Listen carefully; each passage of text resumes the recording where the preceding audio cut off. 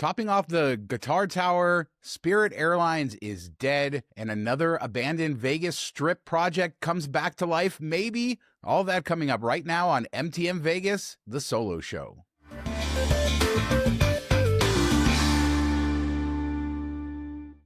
Happy Monday, MTM Vegas peeps. The weather is nice. It's in the 70s in May. How can we complain about that? It'll be 100 just in the next week or so. So hot weather coming to Las Vegas, but that hasn't stopped them from working on the Hard Rock Guitar Tower. And last Friday, it came to a huge milestone. They topped it off with the final structural beam being put in place for the 660-foot tall Hard Rock Guitar Tower, the evolution of the first mega resort on the Strip, the Mirage, into Hard Rock. When it's all done, you're going to have over 3,600 rooms, including 675 rooms and suites on the top 42 stories of this guitar tower, the bottom 5 stories for entertainment, for casino space. What's crazy when you look at the numbers of this project, and we've all know about it, and we've been watching it happen, opening sometime in 2027, it's incredible. 175,000 square feet of casino space. This will be a massive property, and it has already changed the skyline. And what's neat about seeing it being topped off while we still have some glass to go, more milestones with testing the lighting on the side, and all kinds of exciting things before this property opens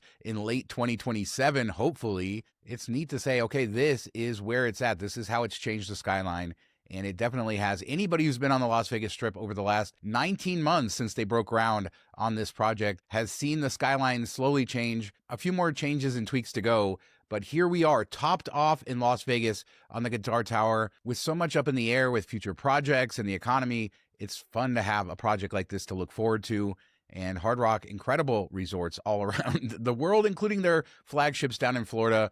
And I can't wait to see what they bring here. So many more milestones to come. The Hard Rock Guitar Tower now topped off. But let's do a quick update on that giant Caesar screen. Last week I did a on the street vlog. If you guys want to see more of those, make sure to go watch it, support it, and I will do more of them. But on that, I showed the giant screen. It's really hard to describe this screen at Caesar's Palace and how big it is until you're standing underneath it. Every picture just doesn't do it justice. It's bigger, I think, than the horseshoe sign across the street. They're both very bright. And all of that to say is the Caesar sign has now been turned on. The brightness settings all the way up, just like with the horseshoe sign. And that corner will never be the same, just bathed in light. Kerry Balicki had a couple shots of it, both testing and then running. And more screens, more giant marquees. But this is a granddaddy of them all. Wow, it is huge. And you will never miss it on the corner of Flamingo and Las Vegas Boulevard. Today is the show of construction updates, and David Dandiz had those shots of the Hard Rock topping off, and Mick Akers was invited over to the Las Vegas A's ballpark for a tour of the construction over there, both those Review Journal reporters. And here we go, like inside the ballpark, you can see the steel construction. We can see just how it's coming along. And I mean, we said this before, it looks like a ballpark, and it's very exciting to see this sort of take shape and to see how it's going to fit on that wider corner and change that part of the Las Vegas Strip forever. I feel like we're talking the Guitar Tower, we're talking the stadium. These are the two projects that will define the next few years in Las Vegas for people wanting to visit, to see the new things, see the Guitar Tower, see the new stadium, even if they don't go inside, to see what gets built over there. And we still waiting for Bally's and more info on the mall or whatever gets built around the stadium. But every time we get an update, huge progress being made. And Mick Akers seems to be over there all the time. So follow him on social media. He obviously writes it all up in the RJ as well. But a great tour put together really well. And it's neat to see those inside looks of the new athletics ballpark coming to Las Vegas at the corner of Tropicana and the Strip. But let's head further south on the Strip now to those famous smokestacks. Those belonged to SkyVue. And if you don't know what SkyVue was, it was the first giant wheel proposed for Las Vegas. It was going to be up to 500 feet tall because there was different heights depending on when they proposed it. And it was approved in March of 2011 by the Clark County Planning Commission. And at that time, they said it was going to open New Year's 2012. Then things got pushed. In fact, they didn't even pour the concrete for those stacks till March of 2012. And then they said they were going to have a New Year's opening date, then July 4th of 2013, all over the place. And of course, it never opened. A big selling point of the SkyVue wheel was that it was going to have a giant screen on the side of it. And we just talked about that Caesars screen. Well, this was an era before screens everywhere, forward thinking, but pretty soon Caesars had announced high roller and then they were going to be competing wheels. The financing for SkyVue fell through and we never got the wheel. All we got were these abandoned pillars on the Strip, and kind of memories of when the Strip had more of that. Fontainebleau sitting there for so long, and even Resorts World, the old Echelon concrete, sat there forever and ever. And so maybe we have hope that this site will finally be developed because it has been sold. This tract of land includes the land, a few small buildings, and then those big pillars from SkyVue.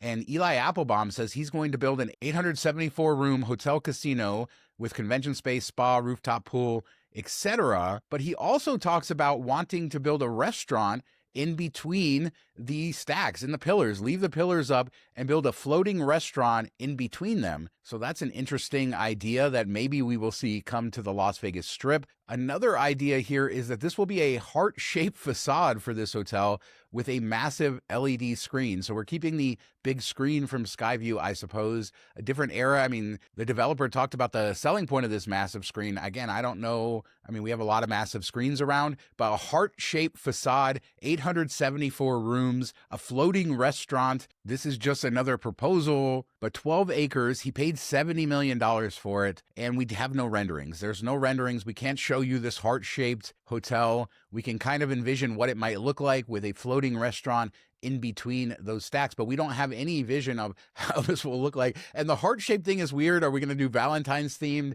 Where does the inspiration for this come? Now, of course, shaped screens. I mean, we just saw the guitar screen over at the Hard Rock Cafe open up, and we'll probably see more of this sort of thing. And I don't know. I mean, this project is super weird, but comes at a time where there's a lot of uncertainty. But also, I should point out, the piece of land just next door was the land that they announced for the Diamond Arena, one of the NBA proposed arena projects. So perhaps this all works together. If you get the arena there, I wouldn't be surprised if you get a hotel here. There's also the plot of land that's owned by the affiliated tribes on the other side of this. So a lot of opportunity, I suppose, across from Mandalay Bay, people wanting to do this, but the economy is sort of weird, as we'll talk about a little bit later. In a second, I am going to talk about Spirit Airlines going away and what that means for Las Vegas. Maybe not as much as you think, but first, check out the merch. Got the MTM Vegas hoodie. We have t-shirts too, since we're going into summer.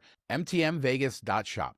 Before we talk Spirit Airlines, one quick update for the Sphere. The Eagles announced 6 more show dates, September 18th and 19th, November 13th and 14th, and November 27th and 28th. Tickets will go on sale May 15th at 10 a.m. All the normal pre-sales will apply. Will the Eagles keep adding more shows? Don Henley says, I think this year will probably be it. I've said things like that before, but I feel like we're getting toward the end, and that will be fine too. So maybe this will be the last run for the Eagles. These will be the final shows of 2026. Will they come back in 2027? We don't know. It has been a successful residency, although tickets have been a little bit more available on the resale market. Prices have come down a little bit for their more recent shows. So maybe they've kind of burned through all that demand, filling up 18,000 seats through a multi-date residency spanning over long distances of time. I would have to think at some point you sort of saturate your audience, and they've been around a long time. So the Eagles may be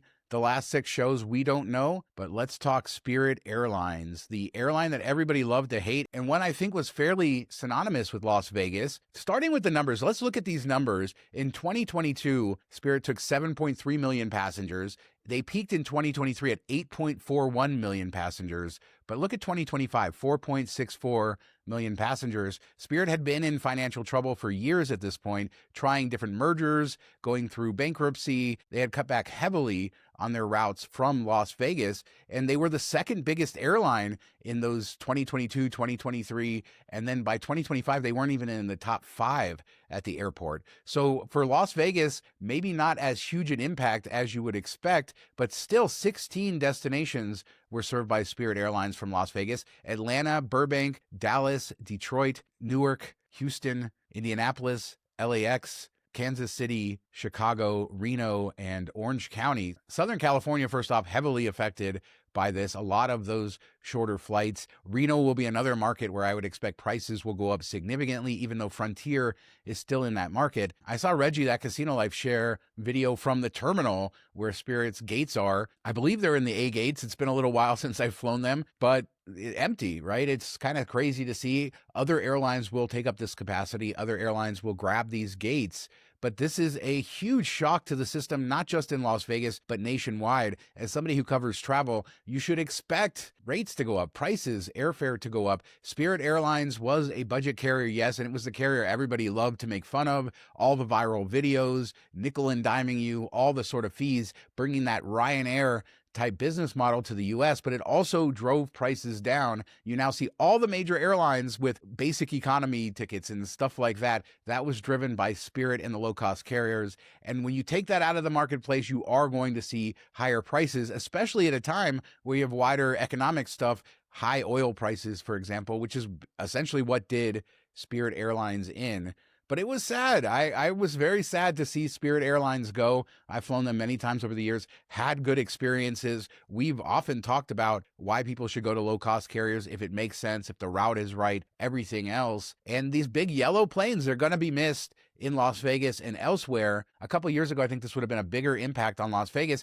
Now, let's not downplay it. 4.64 million people arrived in Las Vegas via Spirit Airlines last year, and that is a huge amount of people. It just means that, hey, the market was already adjusting. Spirit had already cut back a lot. Las Vegas was one of the markets where they did some of their deepest cuts. I don't know. This whole story was just sad this weekend to see some of the final flights people were trying to track. I think a flight departing Detroit ended up being the last Spirit Airlines flight. We still don't know the future of the planes and everything else, but rest in peace, Spirit Airlines. This is an airline that sold the fun, brought a lot of people to Las Vegas for the first time, especially post-COVID.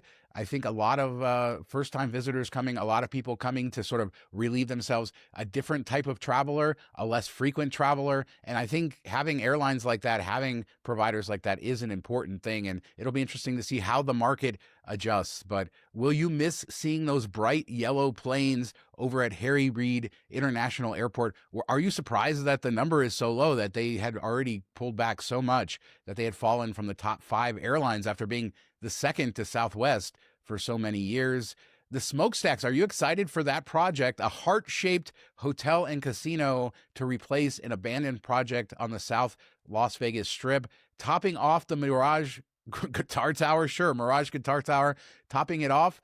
And the A's ballpark, what do you think about the construction going on there? The Eagles, are you ready to say goodbye to the Eagles at the Sphere? Let me know down below. We'll be back Wednesday with another show. Mark and I will break down all the Vegas numbers, some really positive signs for gaming and visitorship, some of the best news we probably had in months in that realm. So we'll talk about that on Wednesday. Thanks so much for watching. Have a great week. Talk to you next time.